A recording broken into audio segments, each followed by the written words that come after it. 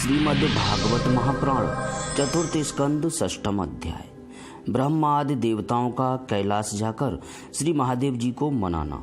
पिछले अध्याय में हमने वीरभद्रकृत दक्ष यज्ञ विध्वंस और दक्ष वध के विषय में सुना। अब आगे श्री मैत्रेय जी कहते हैं, विदुर जी, इस प्रकार जब रुद्र के सेवकों ने समस्त देवताओं को हरा दिया और उनके संपूर्ण अंग प्रत्यंग भूत प्रेतों के त्रिशूल, पट्टिस, खड्ग, गदा, परिघ और मुदगर आदि आयुधों से छिन्न भिन्न हो गए, तब वे ऋत्विज और सदस्यों के सहित बहुत ही डरकर ब्रह्मा जी के पास पहुँचे और प्रणाम करके उन्हें सारा वृत्तांत कह सुनाया। भगवान ब्रह्मा जी और सर्वांतर्यामी श्री नारायण पहले से ही इस भावी उत्पात को जानते थे, इसी से वे दक्ष के यज्ञ में नहीं गए थे। अब देवताओं के मुख से वहाँ की सारी बात सुनकर उन्होंने कहा, देवताओं, परम समर्थ तेजस्वी पुरुष से कोई दोष भी बन जाए तो भी उसके बदले में अपराध करने वाले मनुष्यों का भला नहीं हो सकता। फिर तुम लोगों ने तो यज्ञ में भगवान शंकर का प्राप्य भाग न देकर उनका बड़ा भारी अपराध किया है, परंतु शंकर जी बहुत शीघ्र प्रसन्न होने वाले हैं, इसलिए तुम लोग शुद्ध हृदय से उनके पैर पकड़कर उन्हें प्रसन्न करो, उनसे क्षमा मांगो। दक्ष के दुर्वचन रूपी बाणों से उनका हृदय तो पहले से ही बिंध रहा था, उस पर उनकी प्रिया सती जी का वियोग हो गया। इसलिए यदि तुम लोग चाहते हो कि वह यज्ञ फिर से आरंभ होकर पूर्ण हो तो पहले जल्दी जाकर उनसे अपने अपराधों के लिए क्षमा मांगो, नहीं तो उनके कुपित होने पर लोकपालों के सहित इन समस्त लोकों का भी बचना असंभव है। भगवान रुद्र परम स्वतंत्र हैं, उनके तत्व और शक्ति सामर्थ्य को न तो कोई ऋषि मुनि देवता और यज्ञ स्वरूप देवराज इंद्र ही जानते हैं और न स्वयं मैं ही जानता हूँ, फिर दूसरों की तो बात ही क्या। ऐसी अवस्था में उन्हें शांत करने का उपाय कौन कर सकता है। देवताओं से इस प्रकार कहकर ब्रह्मा जी उनको, प्रजापतियों को और पितरों को साथ ले अपने लोक से पर्वत श्रेष्ठ कैलाश को गए, जो भगवान शंकर का प्रिय धाम है। उस कैलाश पर औषधि, तप, मंत्र तथा योग आदि उपायों से सिद्धि को प्राप्त हुए और जन्म से ही सिद्ध देवता नित्य निवास करते हैं। किन्नर, गंधर्व और अप्सरा आदि सदा वहाँ बने रहते हैं। उसके मणिमय शिखर हैं जो नाना प्रकार की धातुओं से रंग बिरंगे प्रतीत होते हैं। उस पर अनेक प्रकार के वृक्ष, लता और गुल्म आदि छाए हुए हैं, जिनमें झुंड के झुंड जंगली पशु विचरते रहते हैं। वहाँ निर्मल जल के अनेकों झरने बहते हैं और बहुत सी गहरी कंदरा और ऊंचे शिखरों के कारण वह पर्वत अपने प्रियतमों के साथ विहार करती हुई सिद्ध पत्नियों का कीड़ा स्थल बना हुआ है। वह सब ओर मोरों के शोर, मदांध भ्रमरों के गुंजार, कोयलों की कुहू कुहू ध्वनि तथा अन्य पक्षियों के कलरव से गूंज रहा है। उसके कल्प वृक्ष अपनी ऊंची ऊंची डालियों को हिला हिलाकर मानो पक्षियों को बुलाते रहते हैं तथा हाथियों के चलने फिरने के कारण वह कैलाश स्वयं चलता हुआ सा और झरनों की कलकल ध्वनि से बातचीत करता हुआ सा जान पड़ता है। मंदार, पारिजात, सरल, तमाल, साल, ताड़, कचनार, असन और अर्जुन के वृक्षों से वह पर्वत बड़ा ही सुहावना जान पड़ता है। आम, कदम्ब, नीप, नाग, पुन्नाग, चंपा, गुलाब, अशोक, मौलसिरी, कुंद, कुरवक, सुनहरे शतपत्र कमल, इलायची और मालती की मनोहर लताएं तथा कुब्जक, मोगरा और माधवी की वेलें भी उसकी शोभा बढ़ाती हैं।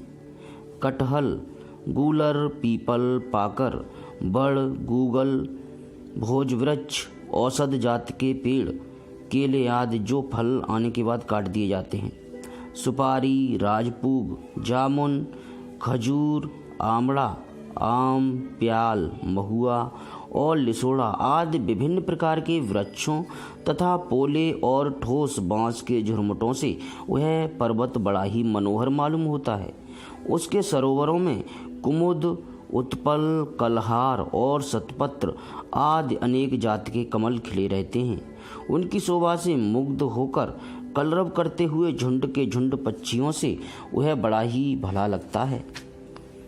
वहाँ जहाँ तहाँ हरन, बानर, सुअर, सिंह, रीछ, शाही, नीलगाय, सरभ, बाघ, कृष्ण मृग, भैंसे, कड़ांत्र, एक पद, अश्वमुख, भेड़िए और कस्तूरी मृग घूमते रहते हैं तथा वहाँ के सरोवरों के तट केलों की पंक्तियों से घिरे होने के कारण शोभा पाते हैं। उसके चारों ओर नंदा नाम की नदी बहती है, जिसका पवित्र जल देवी सती के स्नान करने से और भी पवित्र एवं सुगंधित हो गया है।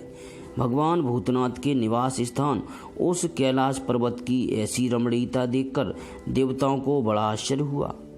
वहाँ उन्होंने अलका नाम की एक सुरम्य पुरी और सौगंधिक वन देखा, जिसमें सर्वत्र सुगंध फैलाने वाले सौगंधिक नाम के कमल खिले हुए थे। उस नगर के बाहर की ओर नंदा और अलकनंदा नाम की दो नदियां हैं। वे तीर्थपाद श्री हरि की चढ़ रज के संयोग से अत्यंत पवित्र हो गई हैं।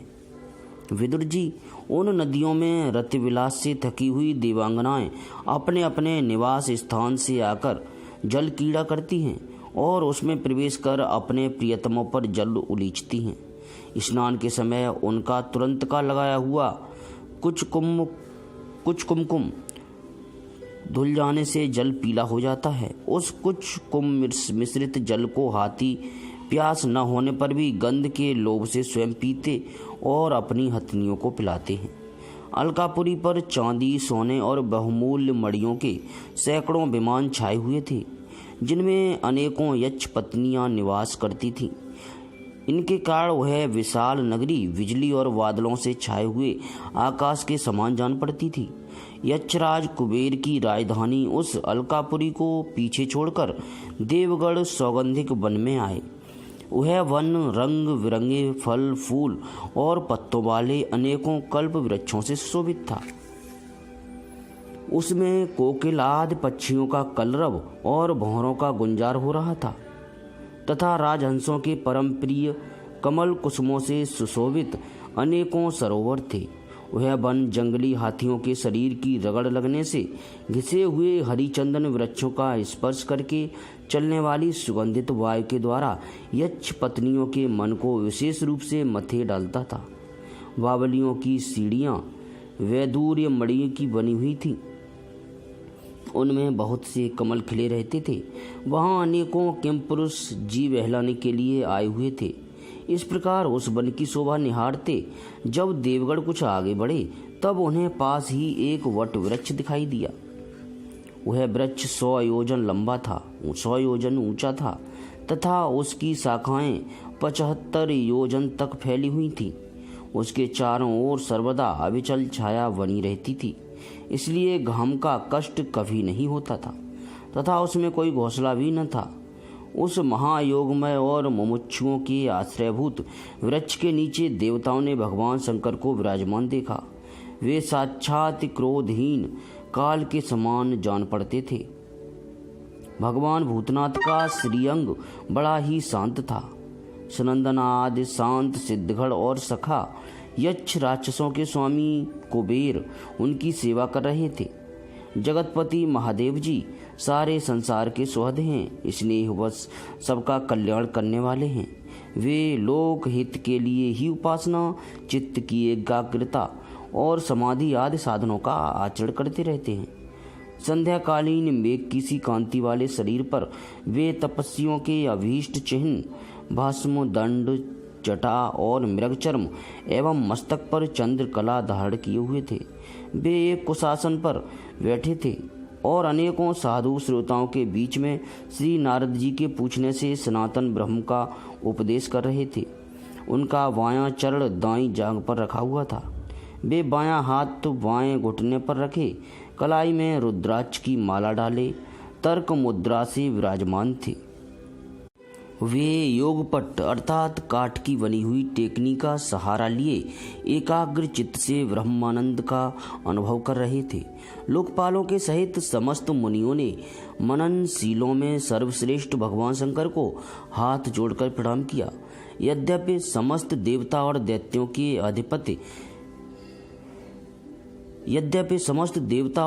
के अधिपति भी श्री महादेव जी के चरण कमलों की वंदना करते हैं, तथापि वे श्री ब्रह्मा जी को अपने स्थान पर आया देख तुरंत खड़े हो गए और जैसे वामन अवतार में परम पूज्य विष्णु भगवान कश्यप जी की वंदना करते हैं, उसी प्रकार सिर झुकाकर उन्हें प्रणाम किया। इसी प्रकार शंकर जी के चारों ओर जो महर्षियों सहित अन्य सिद्धगण बैठे हुए थे, उन्होंने भी ब्रह्मा जी को प्रणाम किया। सबके नमस्कार कर चुकने पर ब्रह्मा जी ने चंद्रमौली भगवान से, जो अब तक प्रणाम की मुद्रा में ही खड़े हुए थे, हंसते हुए कहा। श्री ब्रह्मा जी ने कहा, देव, मैं जानता हूँ आप संपूर्ण जगत के स्वामी हैं, क्योंकि विश्व की यौन शक्ति अर्थात प्रकृति और उसके बीज शिव अर्थात पुरुष से परे जो एक रस पर ब्रह्म है, वह आप ही हैं। भगवान, आप मकड़ी के समान ही अपने स्वरूप भूत शिव शक्ति के रूप में कीड़ा करते हुए लीला से ही संसार की रचना, पालन और संहार करते रहते हैं। आपने ही धर्म और अर्थ की प्राप्ति कराने वाले वेद की रक्षा के लिए दक्ष को निमित्त बनाकर यज्ञ को प्रकट किया है। आपकी ही बांधी हुई ये वर्णाश्रम की मर्यादाएं हैं, जिनका नियमनिष्ठ ब्राह्मण श्रद्धापूर्वक पालन करते हैं। मंगलमय महेश्वर, आप शुभ कर्म करने वालों को स्वर्गलोक अथवा मोक्ष पद प्रदान करते हैं तथा पाप कर्म करने वालों को घोर नरकों में डालते हैं। फिर भी किसी व्यक्ति के लिए इन कर्मों का फल उल्टा कैसे होता है?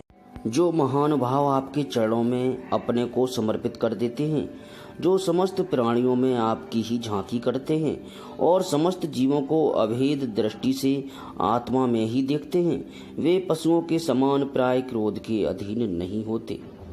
जो लोग भेद बुद्धि होने के कारण कर्मों में ही आसक्त हैं, जिनकी नीयत अच्छी नहीं है, दूसरों की उन्नति देखकर जिनका चित्त रात दिन कुढ़ा करता है, और जो मर्म भेदी अज्ञानी अपने दुर्वचनों से दूसरों का चित्त दुखाया करते हैं, आप जैसे महापुरुषों के लिए उन्हें भी मारना उचित नहीं है, क्योंकि वे बेचारे तो विधाता के ही मारे हुए हैं। देव, भगवान कमलनाभ की प्रबल माया से मोहित हो जाने के कारण यदि किसी पुरुष की कभी किसी स्थान में भेद बुद्धि होती है, तो भी साधु पुरुष अपने पर दुखातर स्वभाव के कारण उस पर कृपा ही करते हैं। देव बस जो कुछ हो जाता है, वे उसे रोकने का प्रयत्न नहीं करते।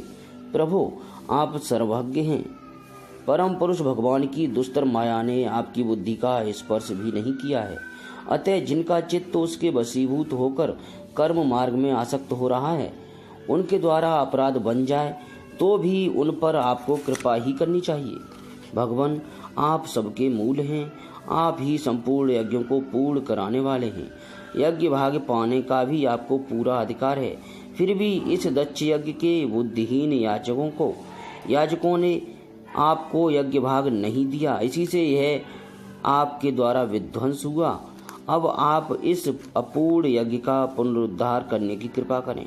प्रभु, ऐसा कीजिए जिससे यजमान दक्ष फिर जी उठे, भग देवता को नेत्र मिल जाएं, भृगु जी के दाढ़ी मोछ आ जाएं और पूषा के पहले के समान दांत निकल आएं। रुद्रदेव, अस्त्र शस्त्र और पत्थरों की बौछार से जिन देवता और ऋतुओं के अंग प्रत्यंग घायल हुए हैं, आपकी कृपा से वे फिर से ठीक हो जाएं। यज्ञ संपूर्ण होने पर जो कुछ शेष रहे वह सब आपका भाग होगा। यज्ञ विध्वंसक, आज यह यज्ञ आपके ही भाग से पूर्ण हो। चतुर्थ स्कंद 6वां अध्याय समाप्त। जय श्री कृष्ण।